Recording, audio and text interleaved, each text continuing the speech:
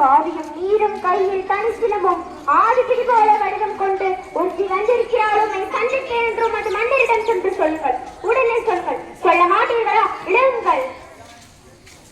யார் அரண்மனை காவலர்களை மீறி ஆவேச கோலத்துடன் உள்ளே நுழையும் யார்? புறாவிற்கு உடல் தந்த புகழ் பெற்ற மன்னவரின் வரலாற்றை சேர்க்காலின் மகளிருக்கு ஞானம் காத்த மனநீதி சோழனது பெருமதே நீதியின் இலக்கணமாய் பெற்று பெருமை கொண்ட திருமாவளவன் கல்யாண சோழனது பூசுகாரை என்றோம். திருவணியன் மாசாத்துவானின் மருமகள். என் பெயர் கண்ணகி. உன் முறையில் என்னவோ?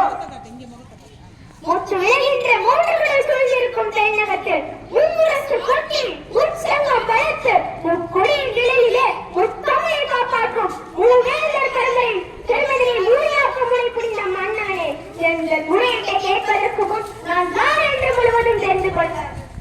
நீ யார்?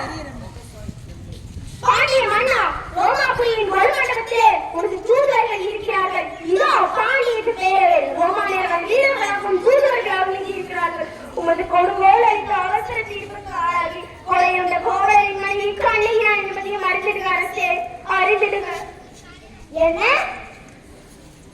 போதும். யாகாதையும் நாகாப்ப மன்னா நாகாப்ப யார் கல்வன்? என் கணவனா கல்வன்? இல்லை இல்லை, அவரை கல்வன் என்று குற்றம் சாட்டிய தலைவர்களே கல்வர்கள். ஆட்சியத்துக்கு அறிவிக்கலை மூடிவிடாதே கண்ணகி.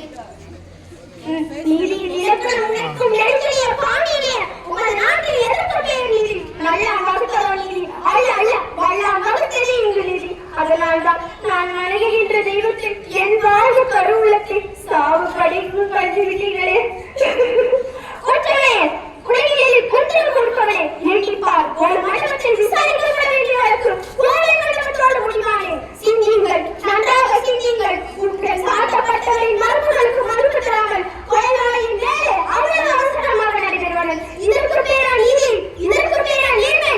இதற்கு பேரா நியாயம்? இதற்கு பேரா அரசு? உனக்கு பேரா அரசாக்கும் மன்னர்? என்ன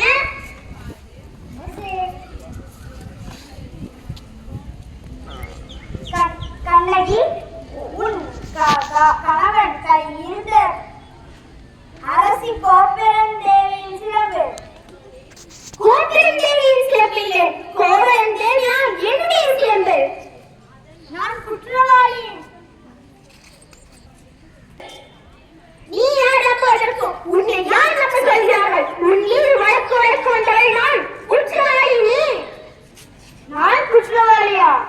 நீ குற்றவாளி. அதனால் தீர்ப்பளிக்கும் உரிமை உன் கையில் இல்லை. நோய் இருக்கிறார்கள் பெருந்தன்மை பெரியவர்கள், இவர்களை பதவியேற்பர்கள். இவர்கள் உழைக்கட்டும் நீல தீர்ப்பு.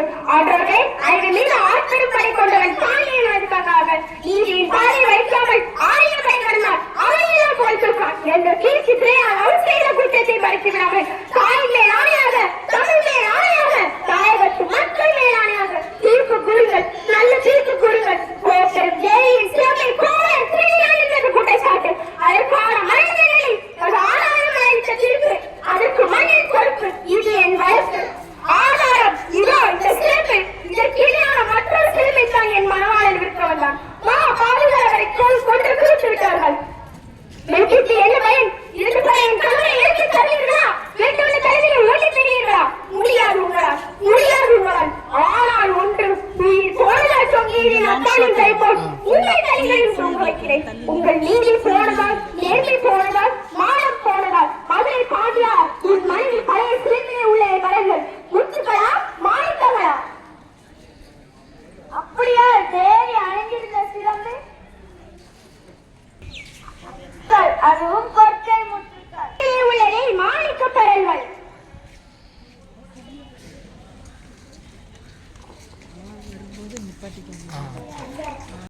எங்கள் பார்க்கலாம் தேவி, இப்படி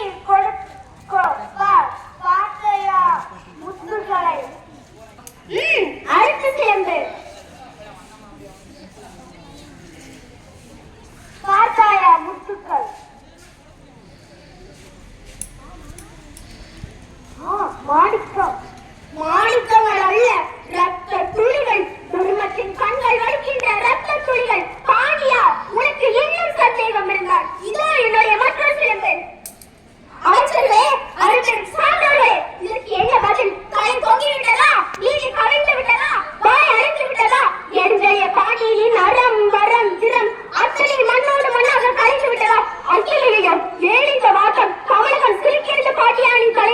இருப்பதை பார்த்து தமிழ்